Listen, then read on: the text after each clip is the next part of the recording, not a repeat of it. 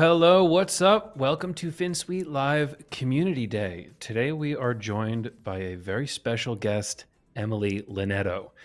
Emily is the Director of Community at Webflow, a platform that enables anyone to design websites with no code. Previously, she was the Director of Growth at VoiceFlow, joining when they were a team of 5 and helping them reach over 85,000 plus designers, developers, and teams. Prior to VoiceFlow, Emily was the second growth hire at Clio, the first at PartnerStack, YC15, and helped to automate and scale Tilt, which was acquired by Airbnb YC12. Through their Global Ambassador program, in her spare time, Emily is a speaker, advisor, and mentors early stage startups with their growth strategies. Emily, how you doing? What's up? Welcome. Yeah, thanks so much for having me, Joe. I'm feeling good, feeling excited, pumped to be on the stream. Of course. And we are pumped to have you here. First, because you're the Director of Community at Webflow, and we love the community, and the community's listening, and it's Community Day.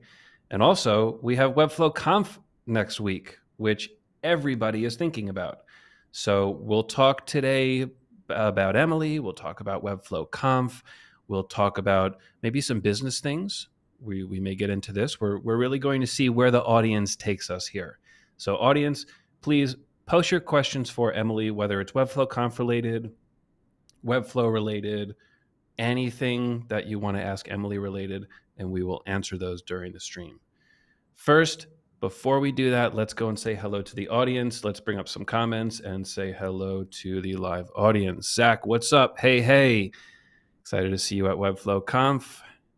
We have Robert. What's up? How you doing? Mike Douglas. Good morning.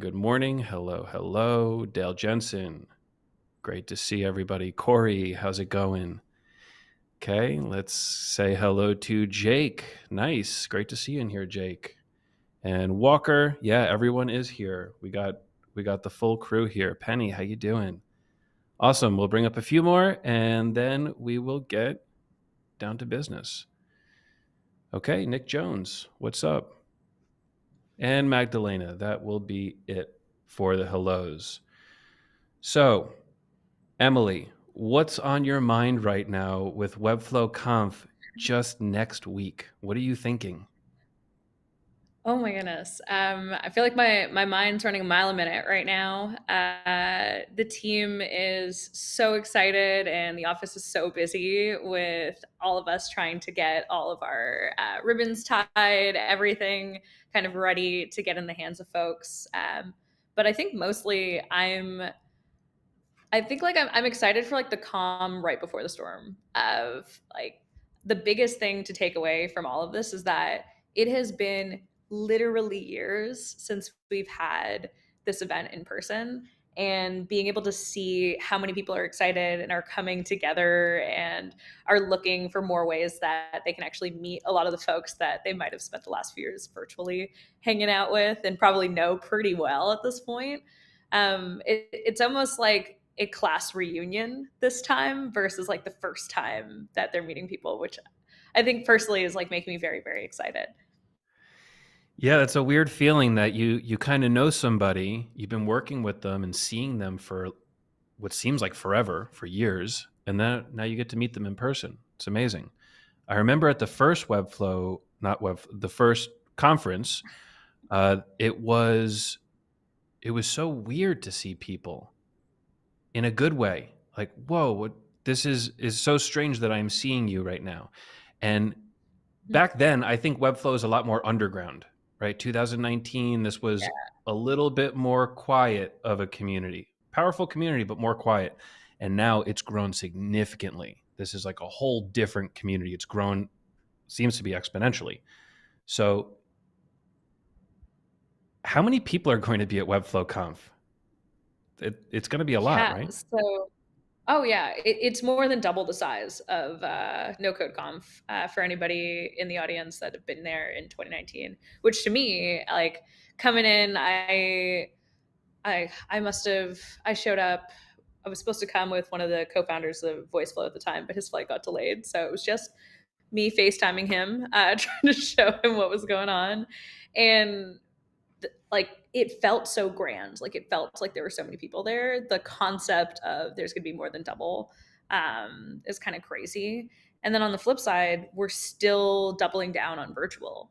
Mm. So this year we have, I think, over 23,000 people on the virtual side too. So there's a lot of people, not to mention a ton of watch parties and a ton of other satellite events that are going on at the same time, which I think is also going to be like a really fun element to it. It is. I saw that. A lot of meetups. Webflow community really coming together. I see Edgar Allen doing a lot in this initiative. Amazing. Uh, I'll be there, so I will not be virtual. People in the audience, who's going virtually? If you're going virtually, say you're going. Which meetup are you going to go to? And if you're going in person, say that you're going to go in person. Let's get, let's put some names to watch parties and to actually being there. Cool.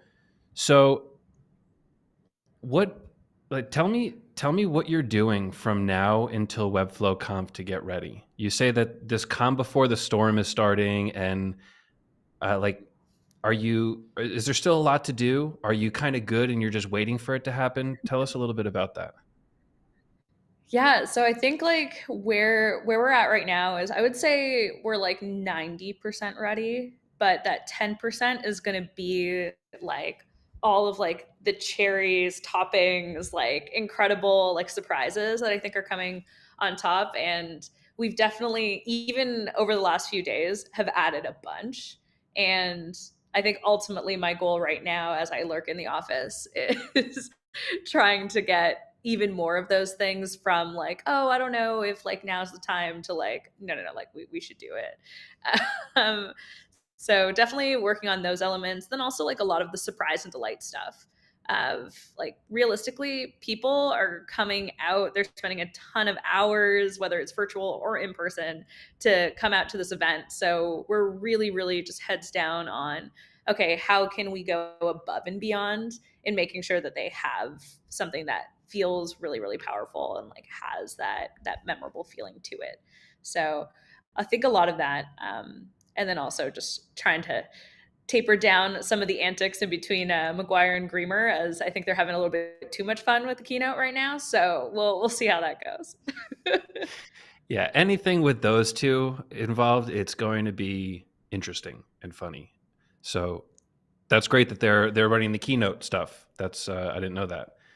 Are there any secrets that you can share with us? Maybe not big secrets, but like some things that you can hint at that's a little bit exclusive and people may, want to hear. The number one request.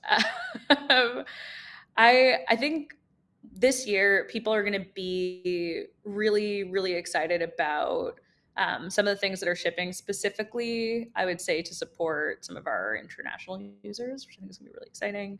I think outside of that as well, lots of movement on how we can get really collaborative and showcase a ton of incredible work that's being done in the community in ways outside of Made in Webflow. So I think that'll be really cool. And I'm trying to be careful in my wordings here.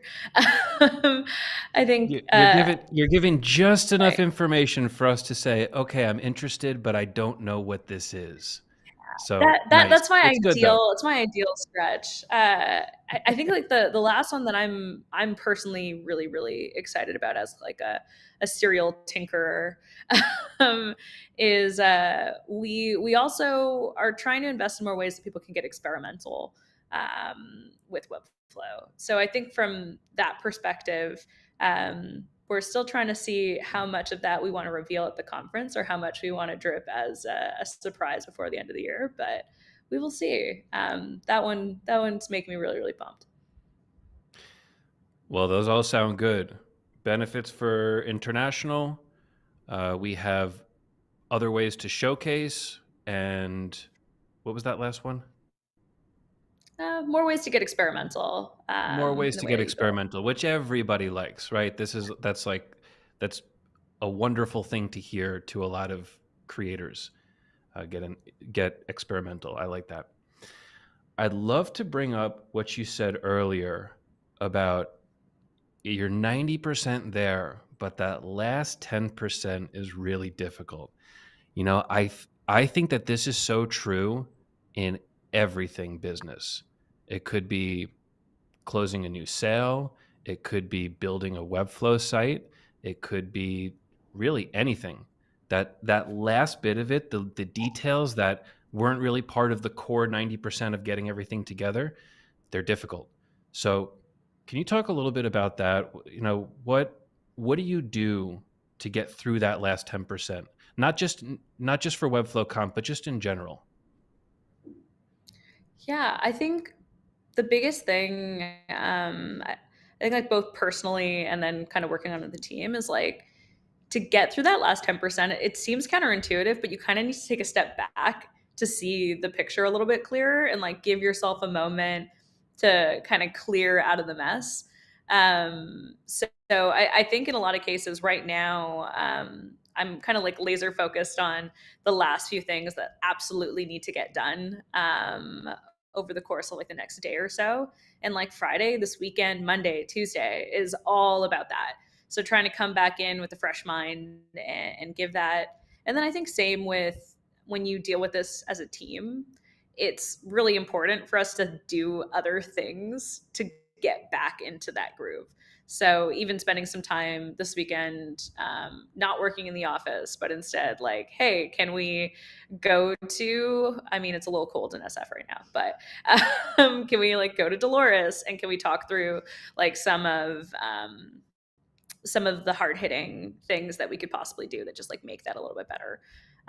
So I think honestly, taking a step back is really, really, really helpful and focusing on yourself a little bit just so that you could put more into that effort. That's a nice answer. That's that taking a step back, just looking inside of yourself and really figuring out how do I execute on this 10%. Nice. I just made this comment the other day about this 90% done, 10% still needs to happen. So I like that comment. I like that way of thinking too. Anybody else in the audience, if you have questions around this kind of topic around business, please ask them. Emily is very experienced. She has a lot of history working in these kind of environments where things are 90% done. They need that last 10%. And I think it's so valid in the Webflow industry. You build 90% of the site, you're done in 2 weeks, it looks awesome. But then that last 10%, getting the client's feedback and like figuring out the last few pieces, that could take 2 months. So yeah, this is something that you can continuously work on. Thank you, Emily, for sharing that. Yeah, no Okay, problem. let's go into some more community stuff. Let's talk a little bit about community grants. What are community grants? Yeah. So community grants is a $10 million initiative that we launched earlier this year. And I think like outside of that initiative, like the big thing that really stands out is its impact. Grants, unlike a lot of programs that are out there right now, is not based on us trying to get equity in companies. It's not us based on trying to 100% fuel things that seem, let's say, even like that seem 100% even ROI focused. It's really about investing in people that are doing good by the next generation. And it's really about, we have such an incredible community that has grown exponentially, like you had mentioned, over the last few years. But I think the other thing that's really exciting about that is that the impact that by proxy all of those community members have been making has also multiplied. And so the thought process behind grants is really how can we really invest targeted amounts of resources, support, whatever it may be, to help folks like Finsweet, like a lot of the incredible community leaders that are out there, reach more people, create that better impact so that more people can get creative, take that step towards their next chapter in life, or maybe even more long tail, like rethink how they can solve problems. Because I think like that's like the energy in the community that is so pure and is so exciting beyond everything else that's going on. I was really impressed with the amount of watch parties that I saw for Webflow Conf. I mean, they're popping up everywhere. It's like all over the world. Watch party, watch party, watch party. Now, is this an example of something that I can do with the community grant, that I can apply for a community grant to have meetups and have things in person like a watch party? This is what one of the use cases, right? Yeah. Nice. 100%. The way that we set it up was so that it can support a bunch of different things.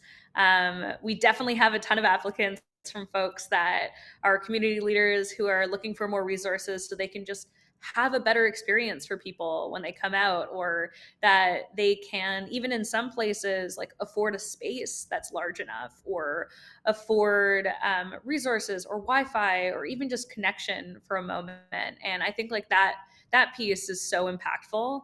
And then there's also elements of the grant program with other categories that help people who have this burning idea that they can't get out of their head. And they know that if they just had the time to be able to sit down and create a resource, or update something, or work on a plugin, like all of that goes within there. And of course, on the scale side, for folks that have already seen success and have seen that kind of light as to, I know where this can go, how can we help support that more? How can we help grow that so that those people continue to feel fulfilled, that they can grow their teams, that things can continue to happen? Love it. Question from Philip Trott. Is the grant available for international community promoters? Yes, absolutely. So I think like one of the things that I love about it too, and as somebody who did not grow up in America and does now live here, I definitely have my eyes on international as like a big emphasis for the grants program. I think a big thing about this is that, especially for folks that are outside of the US, like we want to show up more. There is so much opportunity, and there are just so many people that are all around the world, and the watch parties is just one example of just how many people are ready to rally. Yeah, and the watch parties, I feel like this would have never happened at No Code Conf 2019.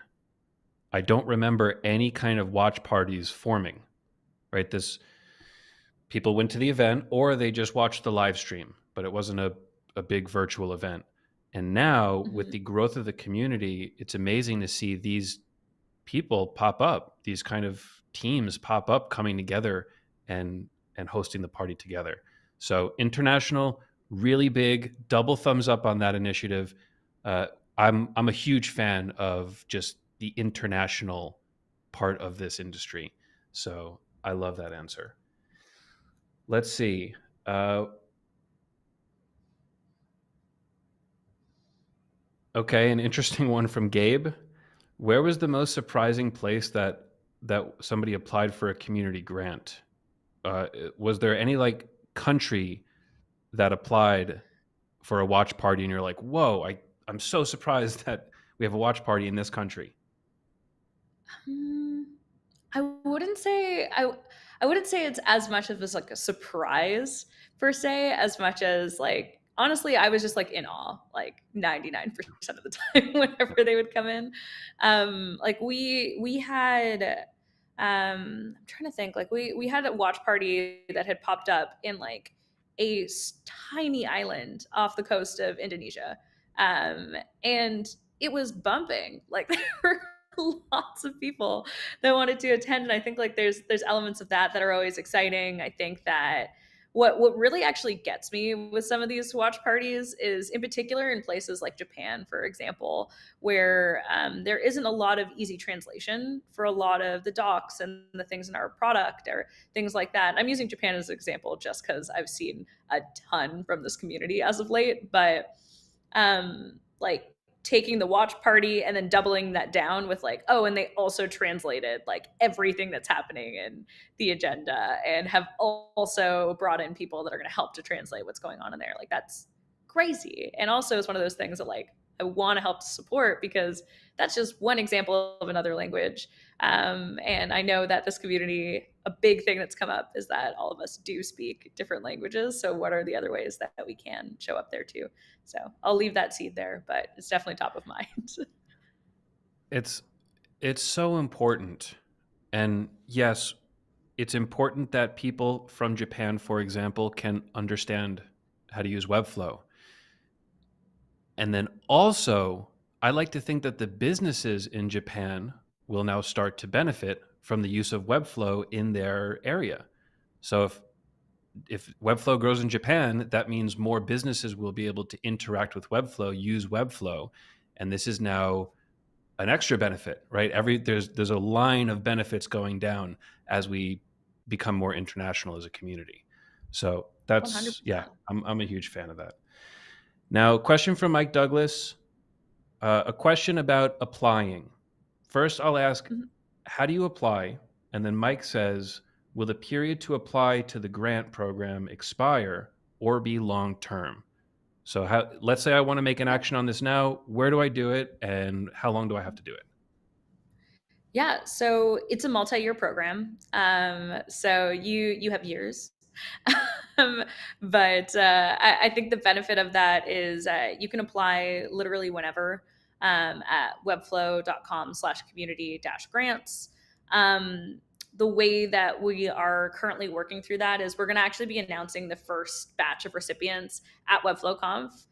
Which I'm very, very excited about. And we're going to be continuously updating and sending out more and more recipients as we continue to scale for the rest of the year, as well as going into the new year. But I would highly recommend the process is go to the site, go through the application. Our team will review it. Right now, we're trying to do it every like month, every month and a half, because there are a ton that come through. Um, and you will most likely, if you're moving on to the next section, have a follow up where you'll sit down with a few members of our team and we'll walk through your plan with you. And that's what the process looks like right now. Great. And can I ask how selective that process is? Is that something you can talk on? Like, Yeah. yeah, how selective? I guess that's my question. Yeah, so I think like the benefit of it is that this is an incredibly large sum of money that we were able to set aside solely for this. And I think like the thing that really stood out to me, even like after just joining the company and um, hearing, even with what's going on in the world right now, the fact that instead of our executive team or Vlad being like, you know what, let's pause on this initiative. We need to conserve that. We need to use that elsewhere. He doubled down on it. And I think like that to me is like a very true testament of like, we want to give this out. We want the velocity to be pretty high here. And that's also why we were pretty intentional about having different categories, which make it easier for us to give out more and more regularly. So the selection process varies depending on if it is a like, okay, is this an injection that can help support a local community to do X, Y, and Z? Sure, like high velocity, we can do that. With its scaling, let's say, where it's like a company that we have to kind of like go through a little bit, we have to make sure that like things are going to go a certain way. It's going to take a little bit longer, but it's still there. And our process is that we have a very diverse council of folks internally from different departments that also have different relationships and different reasons why we would want to invest in different things. And so I think that's also important so that we don't become totally tunnel visioned into like one goal. It's going to be really about having a conversation around each and every one of the applications. Nice. It's good that it's not tunneled into one direction. With many, so there's nothing specific that I should apply for. Just something that is really good value, helps a lot of people, and it's case by case basis. So just Yeah, and I in think your submission, do what something that's we're clear and organized. And I think like the cool thing about it is that as we continue to see the level of applications that are coming through and what's really sticking, what's really resonating, we are going to be continuously updating examples and ideas and inspiration, as well as like we do have. We're thinking about experimenting in the future with almost like hero themes that like we have seen can be really really beneficial, and to make it even easier for people to apply or to get that initial idea. So stay tuned for that, since we'll be updating that before the end of the year. Excellent. If you're interested in this, if you're listening and you think that this may be for you, take some time to think about it. What can I do? What can I provide to the community? How can just a little bit of money help fuel this idea that I have that I'm passionate about? And I really would encourage everybody who's interested to go and try to do that, because it can help a lot of people. It helps the people that will benefit from your what you're doing, and it will also help the businesses that will now get to experience Webflow because the platform's growing. So everybody wins. It's a win-win-win. Go for it. Now let's take a break from that. Let's go back to Webflow Conf. I'm going to try to get a little bit more out of you from this. Let's see what we can do here. Community awards. This has been a hot topic. I mean, I've seen this all over Twitter. Everybody's reposting and saying thanks, and there's just so much happiness going around with this. Can you talk a little bit about the community awards, why this initiative started, and just what's going to happen at Webflow Conf with these? Yeah. So the community awards is honestly, it's such a no brainer when you think about it, is that there are just so many, there's so many incredible people within this community that are creative, that are passionate, that are collaborative, there's just like so many different ways in which that people are showing up that outside of Made in Webflow, there aren't a lot of places for us to really highlight the work or the people behind that. And so the purpose of these awards is really to shine light on that and celebrate the people behind the screen, which is kind of that one step deeper when you think about every project or every flow. So the thought process around here is honestly like this year it was crazy competitive. I cannot even describe how many votes and how many conversations were in. It was unbelievably contested both inside and outside on Twitter. Um, and I think like the blessing of that is that no matter who ends up winning, every single person on the nomination is incredibly deserving. And at the conference, we're going to be announcing the winners, as well as we may or may not have invested in what might be a pretty hardcore Webflow collectible that no one else is going to have on the staff, which for most part, I would say most swag everybody has. But very very excited for that, and it's just like another fun way to just give recognition, especially as this community keeps growing. It's important that people can still feel really special and heard within that. It is. Awards are important because sometimes you're creating projects and you're creating things that are not for money. You know, you're recording a video, you're doing a tutorial, you're hosting a meetup group, and this doesn't lead to direct revenue. So between people telling you that you're doing a good job, between winning an award, but between being nominated for an award, this makes all the difference. This can help power somebody to continue doing what they're doing with that positive support. So I agree, it's a no-brainer. I think it was so fun scrolling through the list and seeing who's nominated, what's available, what everything is. And yeah, I think great job with that. Really nice.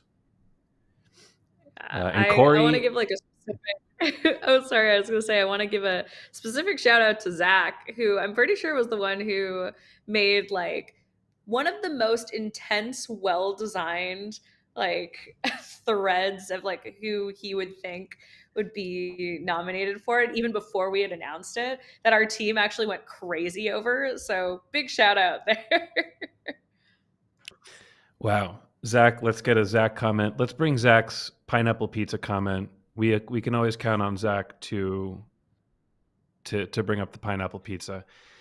I saw that thread, and I will say I was also impressed by it. It was a very well thought out thread with really good descriptions and a just a really good appreciation for community. So nice. Thanks, Zach. And Corey says all nominations are on point.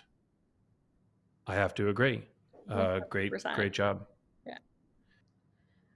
Yeah, I'm sincerely hoping that we can continue to do more like more ways that we can do recognition ongoing throughout the year or other ways that we can start to highlight folks more, and that's also something that's top of mind as we think about community next year. So if anyone does have any ideas or any like, pipe dreams of what you wish that we could be doing for you and your work, please let me know because that's definitely something that we want to think through. Yeah, this goes right back to the beginning of the episode when you said one of the big things announced at Webflow Conf is new ways to showcase people, new ways to get people out there. So the awards initiative, this new secret showcasing, helping people get noticed initiative, this it all ties together. It's just bringing people from the work they're doing out into the world and for other people to appreciate that work as well. So nice. Full circle of wins there. I love it. Okay, great. Community questions. You have to have some questions for Emily here. This is anything that you write in the questions here, I will ask. Actually, I'm going to take that back. That's a dangerous one. I'm not going to ask anything, but yeah, let's get some questions going. We can just casually talk for the rest of the time, but I would really love to answer some actual questions. So Emily, Webflow Conf, are you going to be really preoccupied during Webflow Conf to the point where people may not be able to go up and speak to you, or do you have a plan in place where you're going to be like at the event, not working for the event? I wish that I could say that I was just wholly attending the event, but that is not the case. um, I think the way that I have it set up right now is I definitely want to make sure that I have time to connect with people and that folks can come up and please, if you see me, come up, say hello. I would love to meet you. Um, I will most definitely be preoccupied at the beginning as well as a few things as we close things off. But very excited to be able to spend more time both on stage as well as just interacting with folks. And I'm also pumped to be moderating a fantastic panel with two incredible other Webflow community leaders, Melissa from Flow Party, as well as Claudia from Floxy's. So very excited to kind of have that full circle fireside moment as well. That's going to be nice. Those kind of chats are always great. The fireside type chat, the open question kind of chat where it's just a few people talking on stage. I really like that, so I'm excited for that as well. Good, some good comments. Now we can bring up. Let's bring up from Maria. Maria says Emily is going to be hugging many of us. LOL. So I have to ask Emily, are you a hugger or a handshaker? I would say business school Emily was definitely a handshake gal. As I have grown, I've definitely become more of a hugger. And definitely on Twitter, I am an abuser of a hug gif. So Mm, I will most definitely be open to hugs if anyone comes and finds okay, me. you heard it here.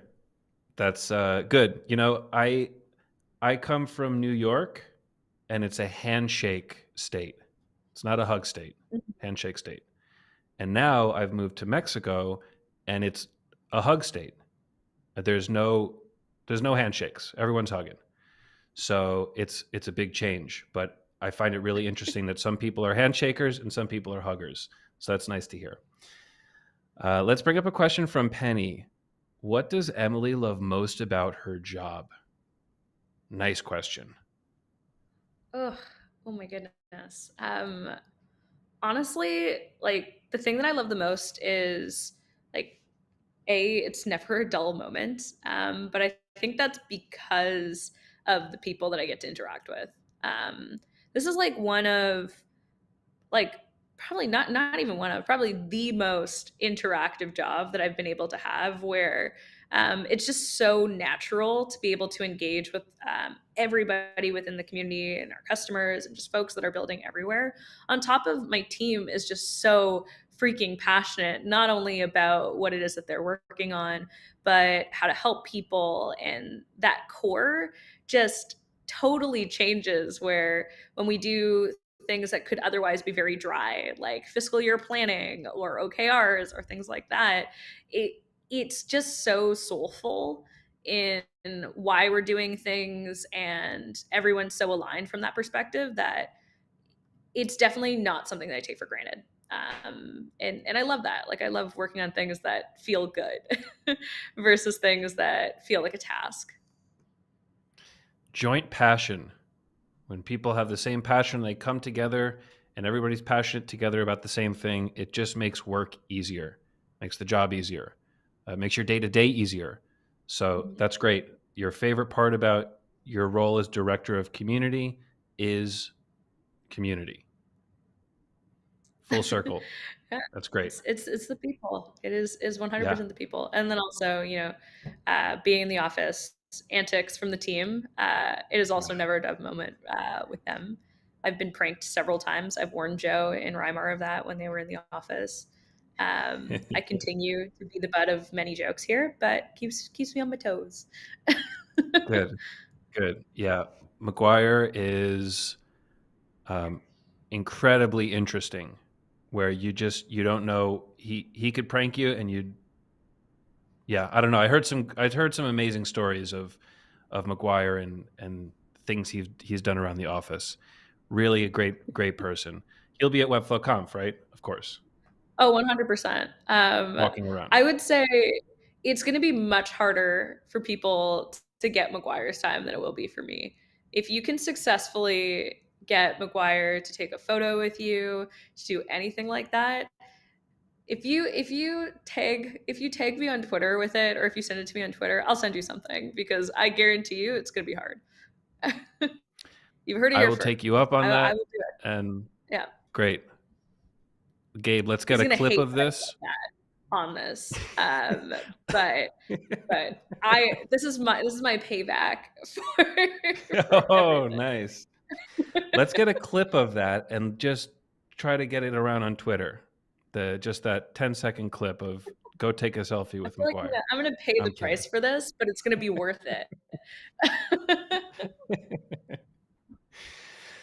Let's go into the comments. Now, since we prompted everybody for the questions, we have some excellent questions. So let's run through some of these. Corey asks, are there any plans in the future to hold Webflow Conf in other locations, not San Francisco? I mean, not to hint too much at my thoughts around internationalization. um, I who knows about Webflow Conf specifically, or kind of what we're thinking about with the conference as a whole. That can't speak to 100%. But what I can say is that we are most definitely looking at other places or other styles of events, or maybe even this conference in other locations. And I think that'll be super, super important. I know that I am also, as of I guess a few weeks ago, going to be spending some time in Barcelona as well as in and around Europe. Probably in spring of next year, I think right now. So I'm gonna try to pull some things together there too. Joe, we should talk. Nice. Love it. Okay. That's a great answer. That's like what everybody wanted that answer to be. So great. That's really cool. Keep us thinking. Question from Zach. Emily, do you have time on Tuesday to join our pre-Webflow Conf meetup at the Ferry Building? I signed up yesterday. Ooh, nice. Yeah, I signed There up we go. yesterday. I do have rehearsals that may go into the beginning part of it, but I will come. And I put it on the calendar for my whole team. So we'll try to make it out. Nice. And Zach, please be share that link in the chat. If anybody has links to share related to Webflow Conf, doing things, groups, anything, share those in the chat. We recommend it. We just want people to get involved in any way that they want to. Okay, let's see some other questions. Let me read through these.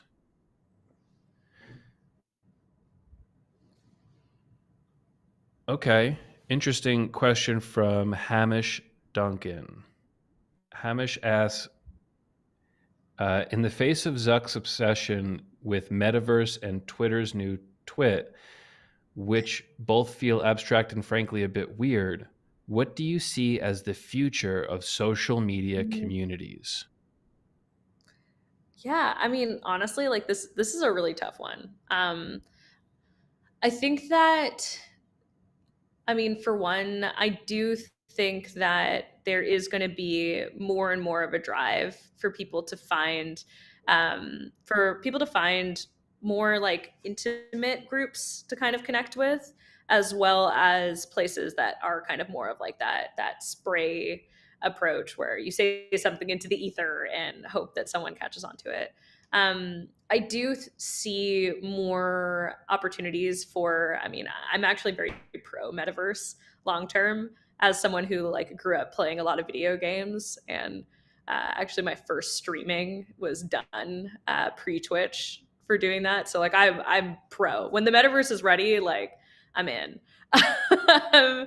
But I think like elements like Gather Town is like a really good example of like creating space, like ways that we can take some of the human elements of actually naturally meeting people or having more intimate opportunities to connect with folks, but trying to make that more on social media. Because I do think that when we look at these very large communities like Facebook or Twitter, it is less so about the one to one or the one to few, and is a lot more about like the one into the ether. And I do think that we are still kind of lacking that core one that has a little bit of both. Interesting. So, how, let's see, I'm trying to think how to ask a question around how do you see your community efforts with Webflow growing on social platforms? So we won't talk about events or in-person meetups. We're talking social. We're talking Twitter, we're talking TikTok, whatever the platforms are. Like Yeah. how can these platforms grow the community significantly? Yeah. So I think like we already see, and we always joke that like obviously Webflow is across a bunch of different social channels right now, and every like social group kind of has their own personality. And I've seen jokes Yeah. about it. We talk about it. Like I think there's elements of that.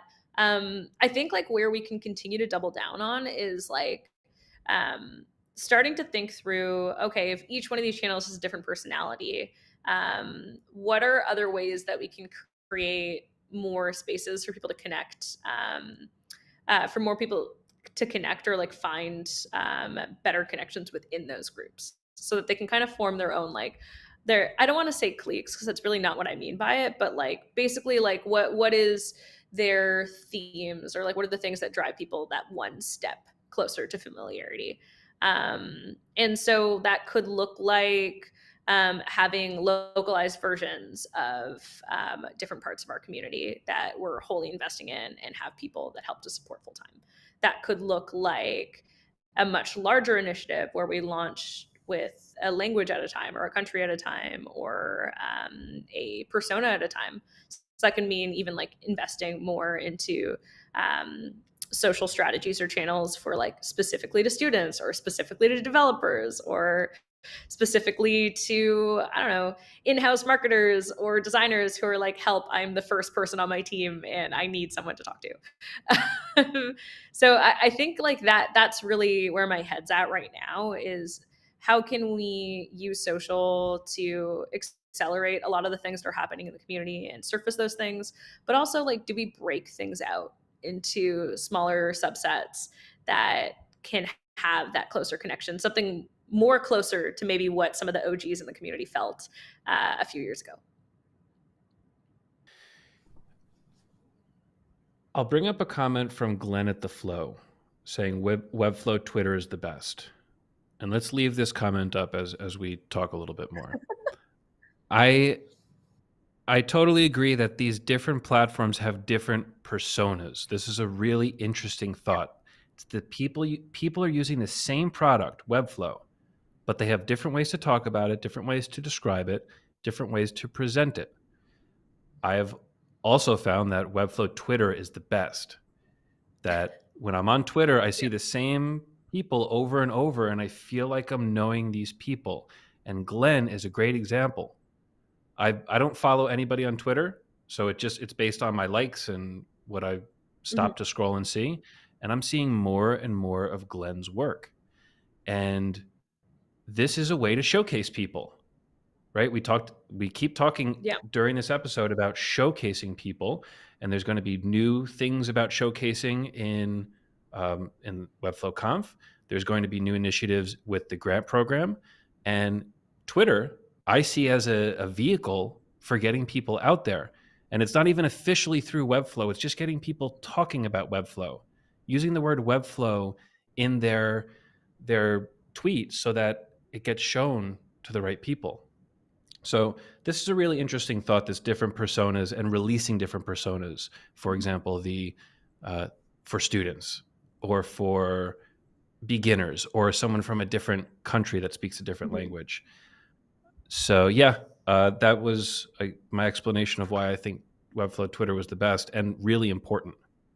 I think it's a really important platform for the 100%. community.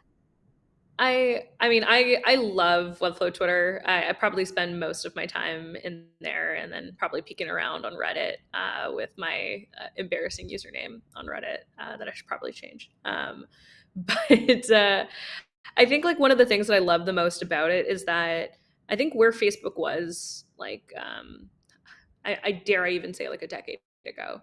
But I think like where Facebook was a decade ago, where it was like one of the very first times that people kind of felt very connected to like their photo, their avatar, their name. Like it was more of an extension of like their flow of thought. So thinking back even to like the Facebook wall when that existed, and people would like post on their own wall in the same way that they would probably now use Twitter, and kind of it was a little bit more about you as a person, and your own thoughts in that moment. And I think over time it really changed into more of like an archive of things that you cared about or that you cared to post about. And then groups took off a lot more, and groups ended up becoming more of like a unionized version of like a lot of the conversations that would happen elsewhere. And I think that it's so important that people have those spaces to do there. But I do think that like the way that we use Facebook has changed dramatically. And so you see other tools that are, let's say, like Twitter, which I do think is like the closest to how at least I personally felt about Facebook 10 years ago, where you as a person on Twitter, like that's your personality. People can like, you can almost choose based on how someone talks on Twitter. Like, am I going to like vibe with this person in real life? And it's like 140 characters. The fact that you can do that is like a testament to like how much we equate those two things together on that platform. And then Reddit anonymized, so you don't have that. Or Discord, kind of a similar vibe where you don't have that. Slack, kind of a difference, but there's like the tinge of like, I'm here for business reasons most of the time. So like, I think like those elements do drastically change how people show up there. Totally, totally. And if you've been in the community for a while, you've seen the change of the Facebook group. You're right that people are using Facebook in totally different ways than they were a decade ago or even 2 years ago. I mean, it's constantly changing. And Yeah, it's a different persona. Let's bring this up from Corey. Corey says, I would have never made the transition to full time freelance if it weren't for Twitter and the Webflow community there. That's amazing. So, Corey is saying, I changed my life. I changed what I do every single day because of this platform. So, Mhm. that's power. That's right there. And Corey, Yeah, I'm for sure. guessing it's because you got likes, people saying great job, this is awesome, and you fed off that passion. And I think like Corey, even like you as an example, I have seen internally, like we have a channel in Slack that's literally just people like celebrating moments from members in the community. And like your post of you going full-time freelancer and like the selfies and like your thought process throughout all of that, like it was also just like from both like a personal and professional level, just like so genuine and exciting to watch. And I think like those moments are what is so raw and exciting there, where people can latch onto that. It's incredibly relatable for a lot of folks or aspirational to others. And I think like Lish, as an example, who's been running and growing a small community of like new to the flow. So people who are like, I have no idea what I'm doing, period, but I'm going to try anyway and do it in the open. Like that's another example of like, um, she literally did not know how to build in Webflow over a few months ago. And now she has a really vibrant community of other folks who are just trying to figure it out together. Um, and I think like that's another testament to Webflow Twitter there and to some of the sentiments that Corey is expressing here as well. Totally. And Corey, congratulations. I also saw your posts. Right? You're one of the people that I see on Twitter when I'm on Twitter, and I feel like I know you, even though you don't even have a you don't even have a real headshot of a person. It's an illustration, but somehow I just know you and that illustration. It's great. And Dale Jensen says, never underestimate the influence and especially inspiration that you give to folks that may not be on your immediate radar. Webflow folks. Yes, um, a like can make all of a difference, right? Somebody who starts posting and the difference between 0 likes and 2 likes can be the difference of them stopping or Mhm. continuing moving forward, right? And your like was one of those 2 likes. So, yeah, don't underestimate that. It's really powerful to interact with people on any of these platforms.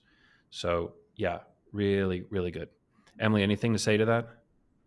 Yeah, I would say like the other element to that too is that um, I think one of the things I love about it is like it's also a really great place to ask questions.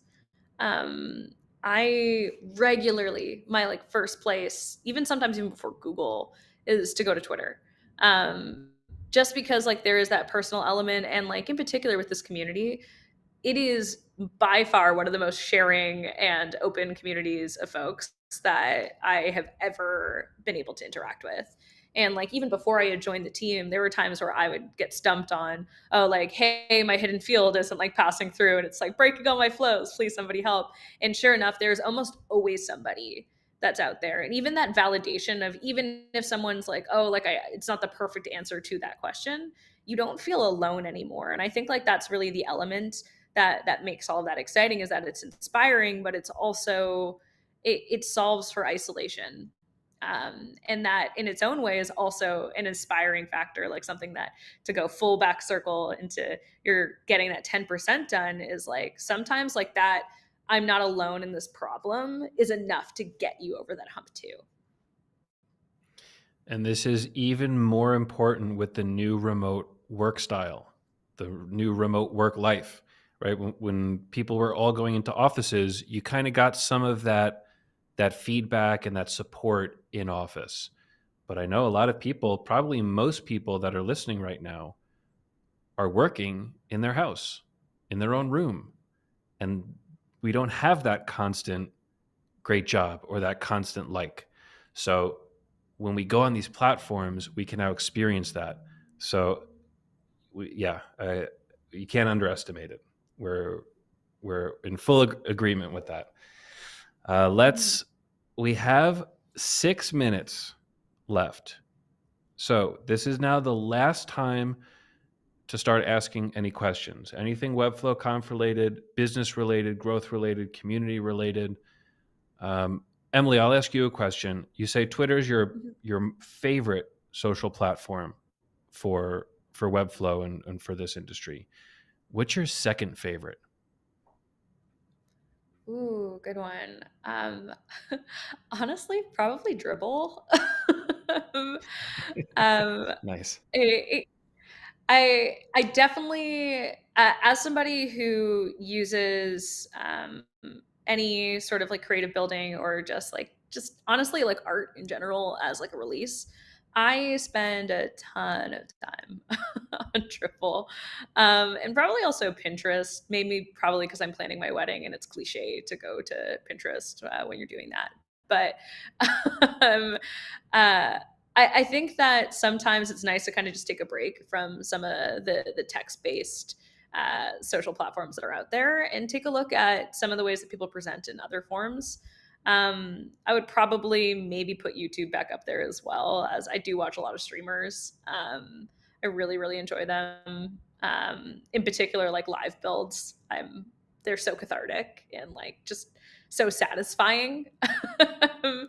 So I would probably say Dribble's my second best there, or YouTube, specifically for Webflow stuff or just web in general. Well, YouTube's a big one. I see YouTube really growing a lot with Webflow content. I think there was a Oh yeah. point 1 or 2 years ago you could kind of count the amount of people on YouTube on your hands. Just there's 10 Mhm. people that I know that are on YouTube, and now you open YouTube, you type Webflow, and there's a whole bunch of new content creators that are really doing a good job with content. So yeah, this is a really powerful one. Now, you do are you doing any cool YouTube videos for Webflow Conf? And I'll ask because I remember every year, every time there's a conference, there's some epic video that comes with it, and people just go wild.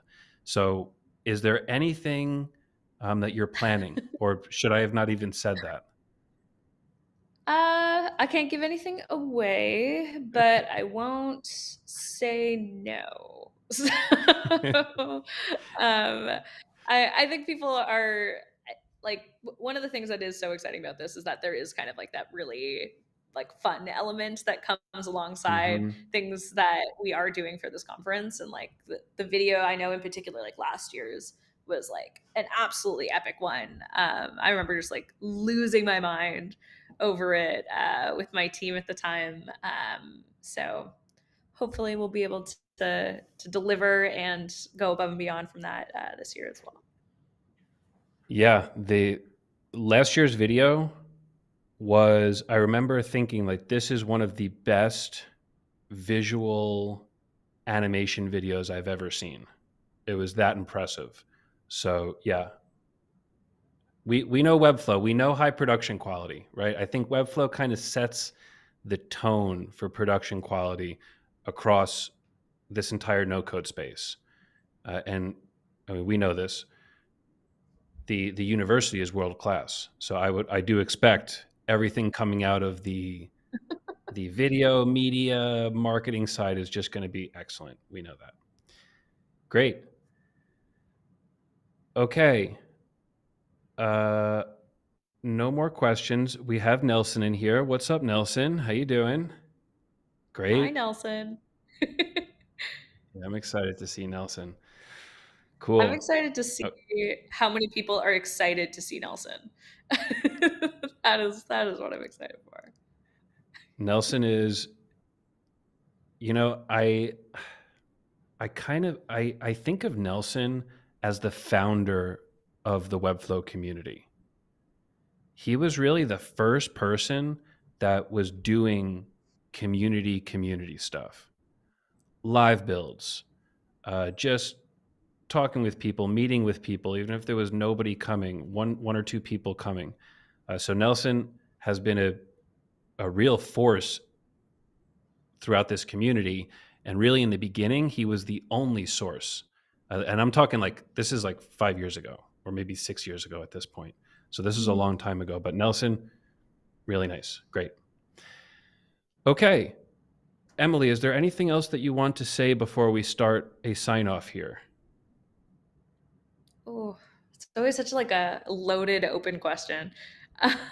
Um, yeah, I guess big things are if there's anything that you would love to see, in particular from the community, from myself, Nelson, Matthew Munger, Yada, who just joined, and Aaron as well, please let me know. We are so excited to keep building, and in particular, really focused on trying to show up and create tools that help community members show off their work more, get better connected, find more clients. All of those things are really top of mind. So please reach out on Twitter. I would love to hear any thoughts, especially as we start getting all of that planning together. Excellent. I'm excited for these announcements. I'm excited for Webflow Conf. If you are there in person, come say hello. If you are there virtually, well, I will not say hello to you, but you will enjoy the conference. Uh, I kind of lost my sign off there. So this was a great You could episode. still Thank you log very on and say much. hi, Joe. DM me on Twitter. Thank you so much, Emily, for coming here and speaking to us about this. I had a great time speaking with you, and really excited to see your work come through in Webflow Conf. Everybody, Emily has done a lot for Webflow Conf. I don't know what that is, but I know it's a lot. She's been working probably nonstop for the past month, 2, 3 months, however long it is, to make sure that we have a great experience next week. So, big thank you to Emily before the event, and we'll definitely have to give a public thank you after the event. That's the end of this show. Please join us tomorrow. We have a big stream with a lot of announcements. So, it's going to be a great time. See you all soon and have a great rest of the day.